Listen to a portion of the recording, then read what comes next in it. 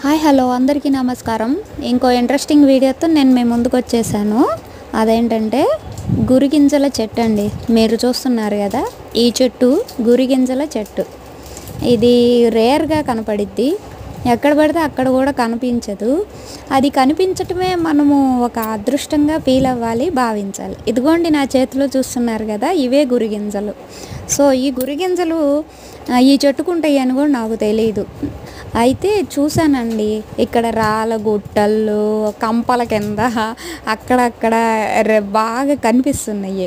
అయితే వీటి వల్ల ప్రయోజనం ఏమిటి అని నేను వీటిని ఫోటో తీసి మా అమ్మకి ఫోన్ చేసి మరీ ఫోటో మా అమ్మకి చూపించి అడిగితే, అవి ఇంట్లో ఉంటే చాలా మంచిది, ఒకవేళ నీకు అందుబాటులో దొరికితే సేకరించి ఇంట్లో పెట్టుకోమ్మా, దాచిపెట్టుకోమ్మా. ఇంకా వీలైతే 108 గురిగింజలు పెట్టి ఆ చిన్న వెండిది లక్ష్మీదేవి విగ్రహం ఉంది కదా నీ దగ్గర, అది పెట్టి పూజ చేసుకో, ఇంకా మంచి జరిగిద్ది అని చెప్పిందండి. సో మనము ఒకటి విన్నామంటే అది చేసిందాక నిద్రపోము కదా. ఎటు ఇక్కడ చెట్టు కనిపిస్తుంది, సో కోసుకుందామని వెళ్ళాను. అయితే ఇక్కడ రాళ్ళల్లో, కంపల్లో ఎక్కడ పడితే అక్కడ కనిపిస్తున్నాయి. కానీ ఇందులో చేయి పెట్టాలంటే మాత్రం నాకు భలే భయం వేసిందండి.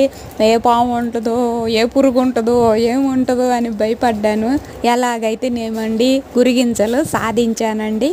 ఇక పూజ చెయ్యాలి. పూజ చేసినాక ఎలా ఉంటుందో, పూజ చేసుకున్నాక మళ్ళీ వీడియో పెడతానండి, మళ్ళీ చెప్తానండి. వీడియో నచ్చితే తప్పకుండా లైక్ చేయండి.